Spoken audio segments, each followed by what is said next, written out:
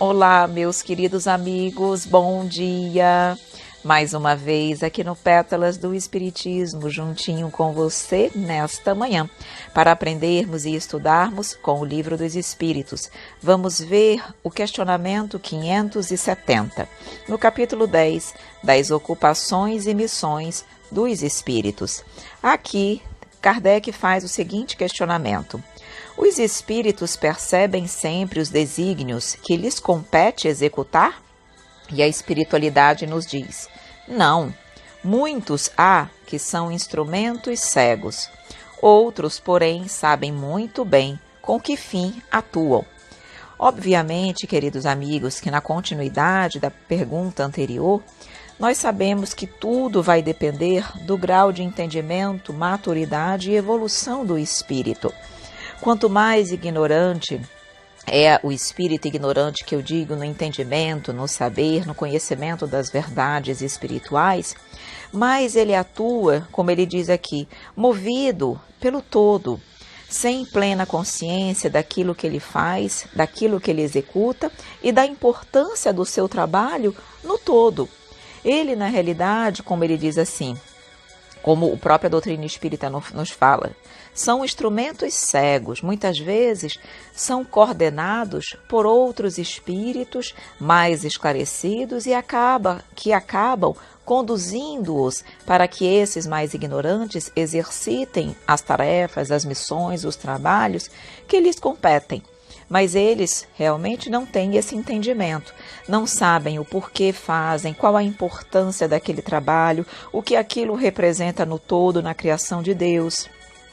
Diferentemente de outros mais esclarecidos, esses já sabem o que fazem, por que fazem, a importância dos trabalhos, já conduzem outros mais ignorantes.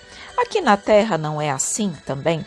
Os espíritos mais esclarecidos, que têm mais estudo, que têm mais entendimento, já têm uma consciência diferente do trabalho e da importância daquele trabalho, não apenas para si, mas para a humanidade, para a sociedade em que vivem.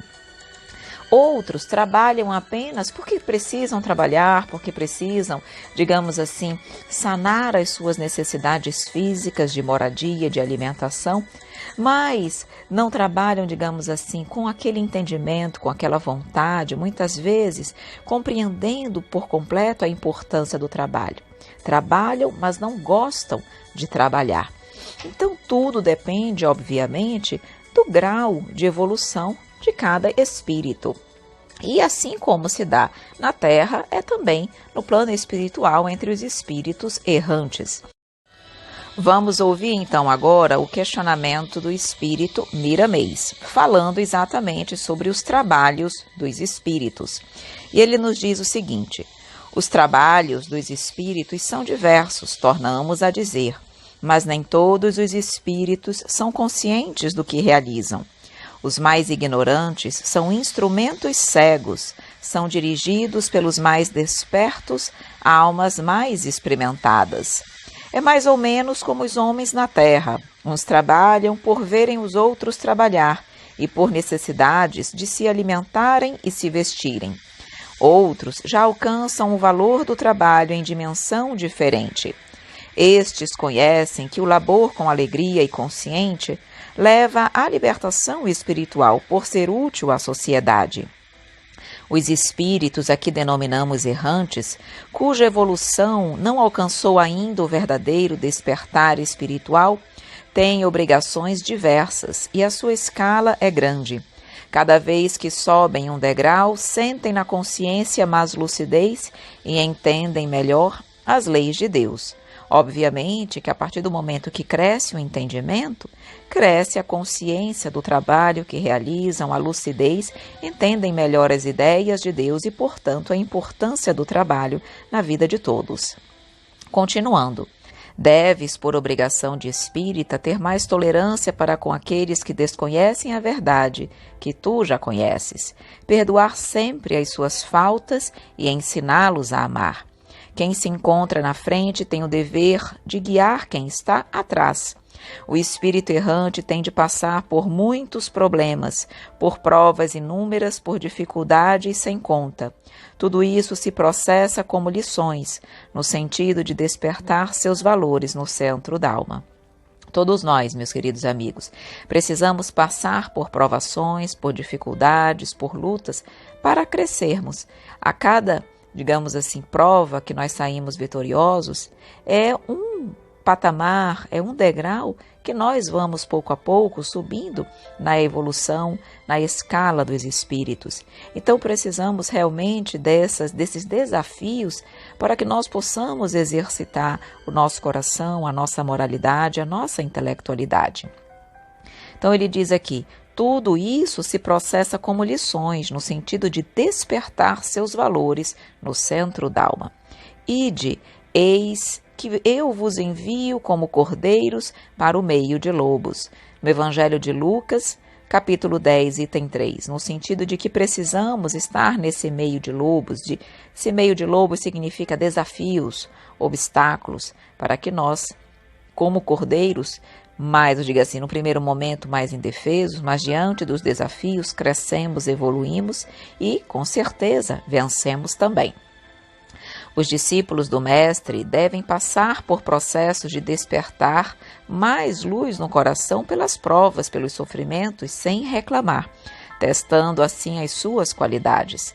Então, vejam bem aqui, ele reforçando que é pelas provas e sofrimentos, sem reclamar significa com resignação, mas lutando para sair dele, que há o despertar da luz no nosso coração, há o crescimento, há, digamos assim, o desenvolvimento das nossas potencialidades e qualidades.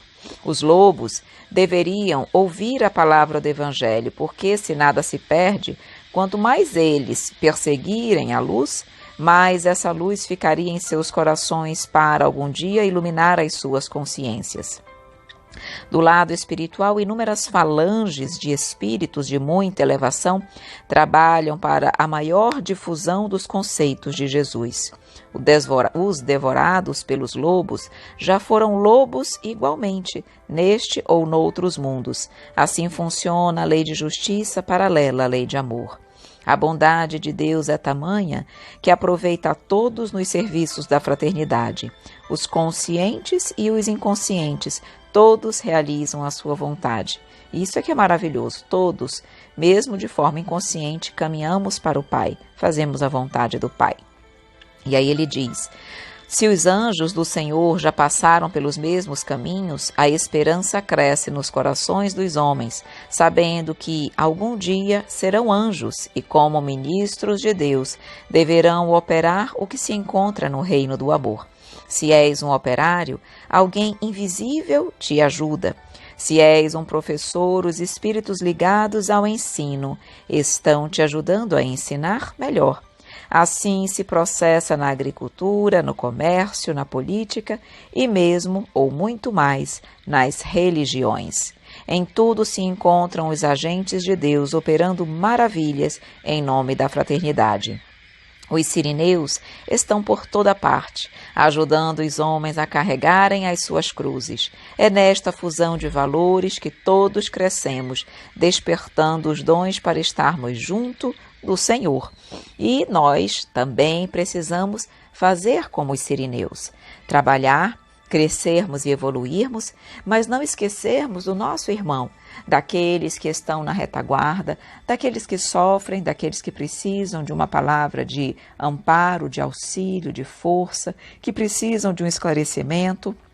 Lembremos, o aprendizado que hoje temos a oportunidade de ter não é apenas para nós, mas essencialmente para toda a humanidade. O nosso compromisso não é apenas conosco individualmente, mas com o nosso irmão, com os nossos familiares, com aqueles que residem no nosso ambiente.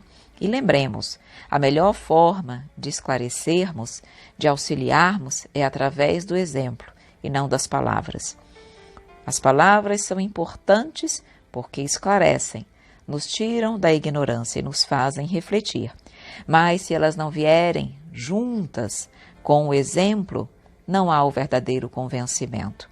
Então, reflitamos sobre isso e procuremos realmente a cada dia crescermos e evoluirmos para que mais auxílio recebamos da espiritualidade amiga e mais rapidamente cresçamos.